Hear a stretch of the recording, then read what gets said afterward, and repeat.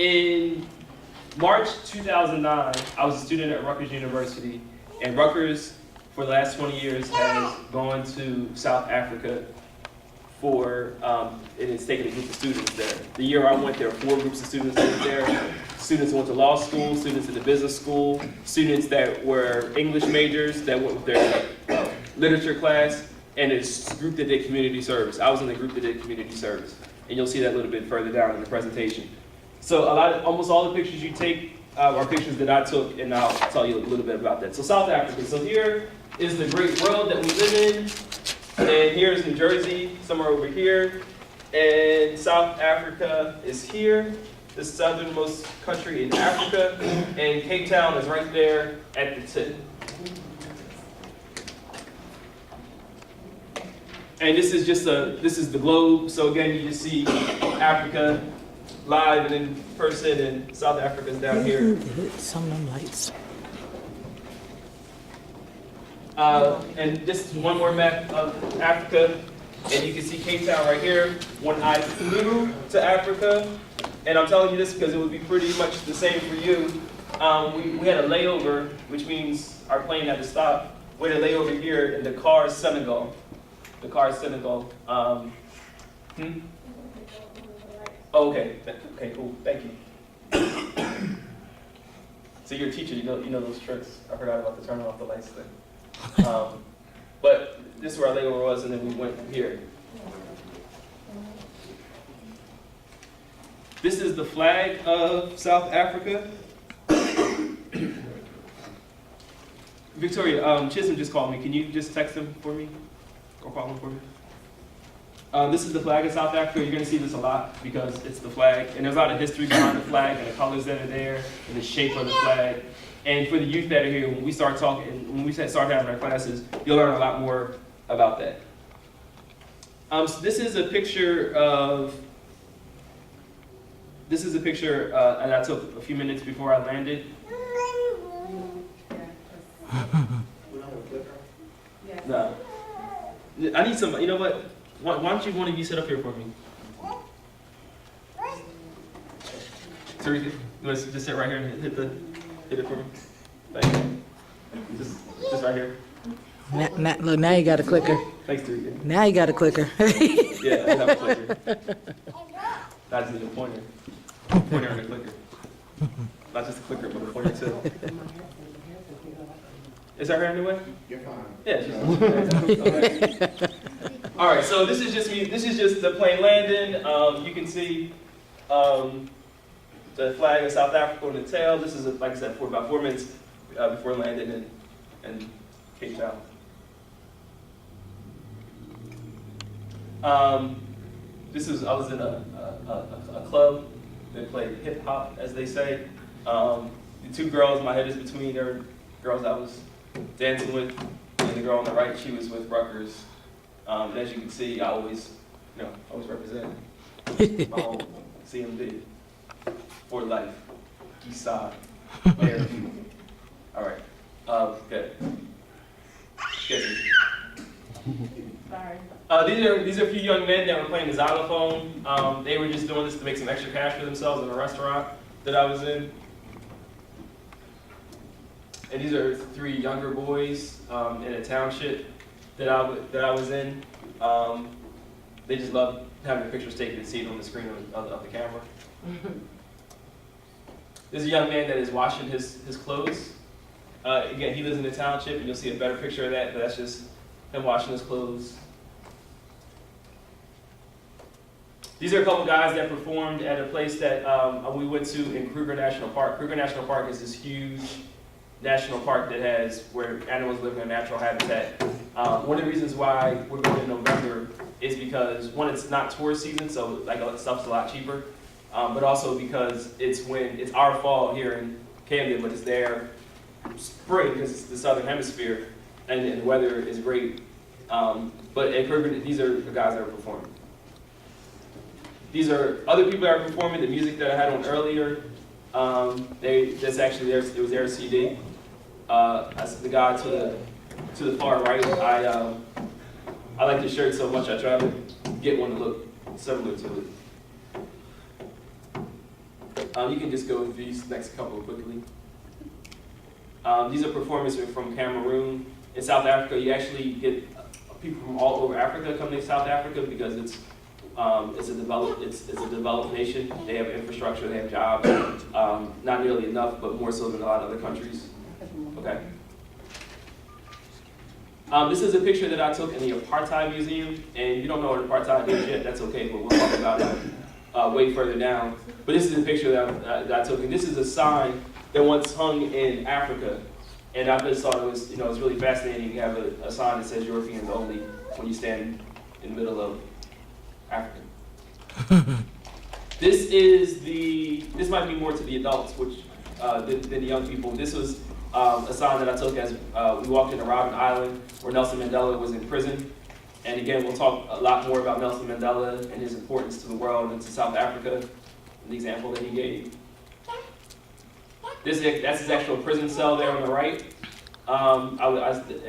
We took a tour of the prison, and you see what it's like to be a political prisoner in another country.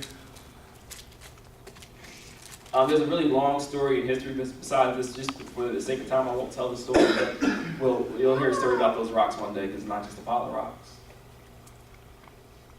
Only reason this picture's in here because I thought her hairstyle was cool, and she was a really good tour guide, but I love that. I'm not sure if that's like locks or twist or, but it's like this kind of like pyramid triangle thing she did with her hair. That's okay. That's a church, as it says. Which one? Ellen, can you text Denise for me? She just called me. I will tell the story behind this picture. So, in South Africa, if you know nothing about South Africa, this story will tell you a little bit. In South Africa, white people came from the Netherlands in around the 1600s. Europeans from the Netherlands came around the 1600s. And their slave trade in South Africa was the center of it. And it was actually one of the first places in the world that it ever happened. One of the rules they had in the middle of the 20th century, so around the 1940s, 1950s, 1960s, one of the rules they had was that black people had to have their houses painted white. The houses had to be painted white so that they could be identified by other people that lived there. There was a hierarchy in South Africa that blacks were at the bottom of, whites were at the top of, and mixed people and Indians, as in people from India, were kind of in the middle of. So in protest, the black middle-class people, so people that made a pretty decent living, they painted their homes as these really bright colors individually. And in the back on the right, you see steps that are leading up to a church. This is, if you go to Cape Town and you get a tour, this is definitely something that you'll see. And a picture that I love. Okay, so this is what's known as a township. We wouldn't call this a township where we live, but this is what they refer to as a township. And these are shacks. These are aluminum shacks that people made themselves, and if it rains really, really hard, it's not that good. And they're really small inside, as you'll see. But this is where a lot of poor people live. This is what they'll be moving into, probably by now, because I took these pictures in 2009, they already had moved in. But this is what the government has invested money in, these new housing developments. So they're not huge, but it's a lot better than what they were in before. And we'll learn a little bit more about that and compare housing in Africa to housing right here in Camden and other places that we are. On the top left, you see a barbershop. And that's a barbershop. I mean, that's where people get their haircut. On the bottom right, I didn't take that picture because when we went to the townships, I wasn't comfortable taking pictures inside of people's homes. But just for the sake of the presentation, I stole this picture off of somebody's Facebook page. But you can see they're pretty tight quarters, and that's not a bedroom. That's the house where the person lives. Wow. This is just going down the street in Cape Town in a poor neighborhood. You can see a barbecue grill there. And just driving from place to place, you definitely would drive past this. I'm pretty sure I took this picture from inside of the van. I don't think I was outside when I took this. This is just another picture of a township from another angle.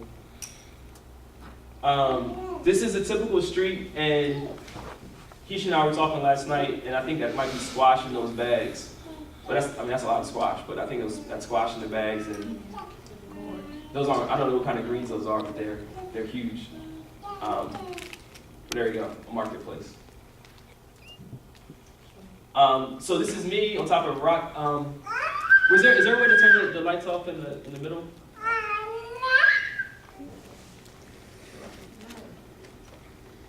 But anyway, one of the things you see on the right, I'm not sure if you can see it, but That's better. there's cities, and it shows you how many kilometers you are. So at the very bottom is New York City, and it shows in kilometers. But I did the conversion last night, and it's about 7,700 miles from 7,700 miles. I'm sitting 7,700 miles from New York, so around the same for Philadelphia.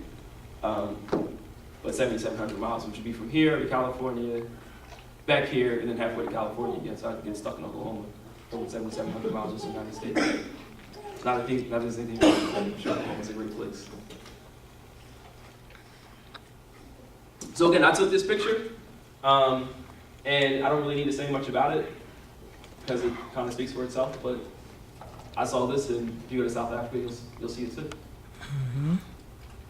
And that one too. And that's just looking down at Cape Town. This is us doing community service. That's me on the left with I'm not really sure why I wear that hat, but I guess I thought it was a good idea at the time. We're painting inside of the school. We're working with Cal Maragana. He's a professor at Rutgers, and since 1993, he's been going to South Africa, and he's going to help us have connections with schools that are there, AIDS clinics that are there. But we're going to be around a lot of young people doing community service projects, talking to young people to see how different their school environment is. You'll see some pictures in a second of their school. So this is an elementary school that we were in. This is a regular public, what we call public elementary school. In the back there, you see the cross. They definitely incorporate Christianity into their school very openly, pray, and had gospel music, well, not gospel, but Christian music in there that they sing. These young people were able to sing the national anthem for us perfectly, memorized, even though English is their third language. All these young people, they sat and listen. I mean, you see how many people are in that room. We're standing on the stage. Just so respectful. The teacher says do something, and everybody does it in perfect harmony with each other. And it's really, for anybody that's been in school, which all of us have, and you see some big differences. Okay, so I'm going to take a pause in the presentation. But just before I do that, does anybody have questions specific about South Africa itself? Not about the whole experience. We're going to talk a little bit more about that. Does anybody have any questions from the presentation on South Africa itself? Okay, you can turn it off for now. Thank you. All right.